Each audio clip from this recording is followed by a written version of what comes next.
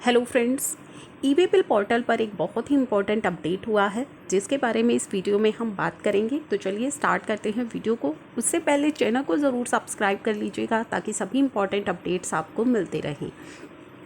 तो चलिए एक बार देख लेते हैं। दोस्तों, जब आप अपना ई वे बिल जनरेट करते हैं तो वहाँ पे आपको व्हीकल नंबर एंटर करना होता है। फॉर एग्ज़ाम्पल, मोड आपने किया, व्हीकल टाइप आपने की। जैसे ही आप यहाँ पे व्हीकल नंबर एंटर करते हैं तो अब आपके पास यहाँ पे एक मैसेज अपीयर होगा, vehicle class as per Vahan transport system goods carriers. और उसके बाद if any variation in the vehicle classification contact your concerned RTO and get it updated. तो इस तरह का मैसेज अब आपके पास आने वाला है। तो क्या है इस मैसेज का मतलब, क्यों आ रहा है ये आपके पास? दोस्तों, अगर आपका व्हीकल जो है वो वाहन सिस्टम के डाटाबेस में अपडेटेड है तो आपका ई वे बिल एक्सेप्ट किया जाएगा। अगर अपडेटेड नहीं है तो फिर आप उस व्हीकल से उस व्हीकल नंबर से अपना ई वे बिल जनरेट नहीं कर पाएंगे। क्या है पूरी चीज़ वो हम जानते हैं। एक बार दोबारा से इस चीज़ को देखते हैं। दोस्तों, जैसे ही आप ई वे बिल साइट पर आते हो आपके सामने ये एक मैसेज जो है अपीयर हो रहा है, e way bill system is now integrated with Vahan system of transport department. E way bill को अब वाहन सिस्टम से इंटीग्रेट कर दिया गया है। क्या है इसका मतलब? Vehicle RC number entered in e way bill will be verified with Vahan data for its existence and correctness. अब आप कोई भी व्हीकल नंबर जब एंटर कर रहे हो तो हमने देखा है वहाँ पे क्या आपके सामने स्क्रीन पर जो है मैसेज आ रहा है। तो जब भी आप कोई व्हीकल नंबर एंटर करोगे उसको वाहन डाटाबेस से वेरीफाई किया जाएगा कि वो करेक्ट है, वो व्हीकल नंबर एग्जिस्ट कर रहा है। If the vehicle number does not exist, अगर आपका व्हीकल नंबर एग्जिस्ट नहीं कर रहा है, then system will alert the user to check and correct if required. If the vehicle RC number is correct as per the taxpayer, then he can continue with generation of e-way bill. However, he need to get the vehicle number updated in the Vahan database so that in future e-way bill generation will not be affected. तो अब आपको जो है अपना vehicle number update कराना होगा। जब वो आपके वाहन डाटा बेस में अपडेट हो जाएगा तभी आप जो है फ्यूचर में ई वे बिल जनरेट कर पाओगे। अगर आप नहीं अपडेट कराते हैं तो फ्यूचर में आप उस व्हीकल नंबर से ई वे बिल जनरेट नहीं कर पाएंगे।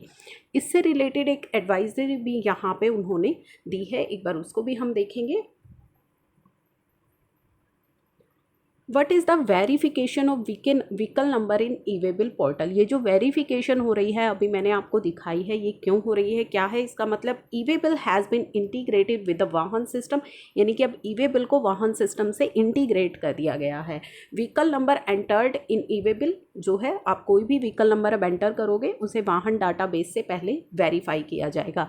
अगर आपका वहाँ पे व्हीकल नंबर अपडेटेड है तो ठीक है, नहीं है तो आपके पास एक अलर्ट मैसेज आएगा और आपको अपना नंबर जो है अपडेट कराना होगा।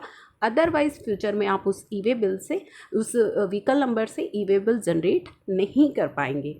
Y I am getting alert message, आपको क्यों मिल रहा होगा? द व्हीकल नंबर जो आप एंटर कर रहे हैं वो वाहन डाटाबेस में नहीं है, तो आपको क्या करना है? अपना व्हीकल नंबर अपडेट कराना है। कैसे आप अपडेट कराते हो? आपको कंसर्न्ड RTO पे जाना है और वहाँ पे जा कर के आपको अपडेट कराना है। अदरवाइज़ फ्यूचर में फिर आप ई वे बिल जनरेट नहीं कर पाएंगे। When I enter vehicle number, I get a message that vehicle is registered in more than one RTO. अगर आपकी व्हीकल जो है एक से ज़्यादा RTO के पास रजिस्टर्ड है तो ऐसे केस में आपको कंसर्न्ड RTO को अप्रोच करना है और जो है अपडेट कराना है। This message indicate vehicle details are found in more than one RTO, you need to approach your concerned RTO, और आपको वहाँ पे जा कर के अपडेट कराना है ताकि वो मैसेज आपके पास बार बार से ना आए। अगर इस तरह की एरर मैसेज आपको मिलते रहेंगे तो फिर फ्यूचर में जाके आपके लिए ई वे बिल जनरेट करना बहुत ही मुश्किल हो जाएगा। In spite of having valid RC I am getting alert message. तो ऐसे केस में क्या करना है?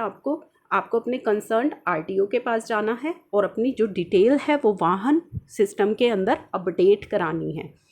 How do I check my vehicle number is available in Vahan system. तो हम कैसे चेक कर सकते हैं कि हमारी जो डिटेल्स हैं वो अपडेट हो चुकी हैं। तो यहाँ पर उन्होंने साइट दी है, आप उस साइट पर जा कर के जो है इन चीज़ों को चेक कर सकते हैं कि आपका जो व्हीकल है वो अपडेट हो गया है या नहीं हो गया है। लेकिन मेक श्योर अगर नहीं हुआ है तो आप उसे जल्दी से जल्दी अपडेट करा लीजिए, अदरवाइज़ आपको ई वे बिल जनरेशन में अभी फ़िलहाल ना दिक्कत आ रही हो, लेकिन फ्यूचर में आप ई वे बिल जनरेट नहीं कर पाएंगे उस व्हीकल नंबर से। I am unable to find my vehicle details on Vahan, how to get vehicle details added to the Vahan system. तो आपको नहीं मिल रही हैं तो आप अपने कंसर्न्ड आरटीओ पर जाएं with original ITC and other documents and get the details updated in वाहन डाटाबेस। तो आप अपनी ओरिजिनल आरसी और डॉक्यूमेंट्स लेकर के जाएं। I'm moving vehicles with temporary registration. Will these vehicle number be allowed for e-way-bill registration?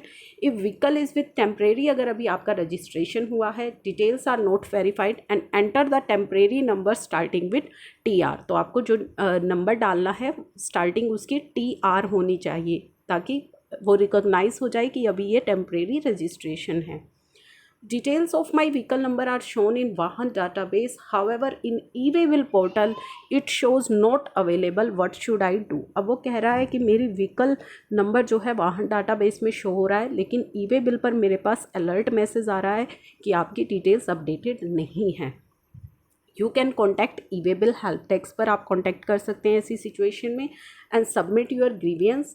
Specify the vehicle number which is there in the Vahan system but not available in the e way bill portal. आप help desk पर contact कीजिए और वहाँ पे बताइए कि आपका जो ई-वे बिल आपका जो व्हीकल नंबर है वो वाहन सिस्टम में तो अपडेट हो चुका है लेकिन ई-वे बिल पोर्टल पर अवेलेबल नहीं है। तो ये थी जो उन्होंने क्वेश्चनरी यहाँ पे दी है, FAQs जो जनरली पूछे जाते हैं। तो आई होप इससे आपको काफ़ी हेल्प मिलेगी अगर आपकी भी इस तरीके का कोई अलर्ट मैसेज आ रहा है। Thank you for watching.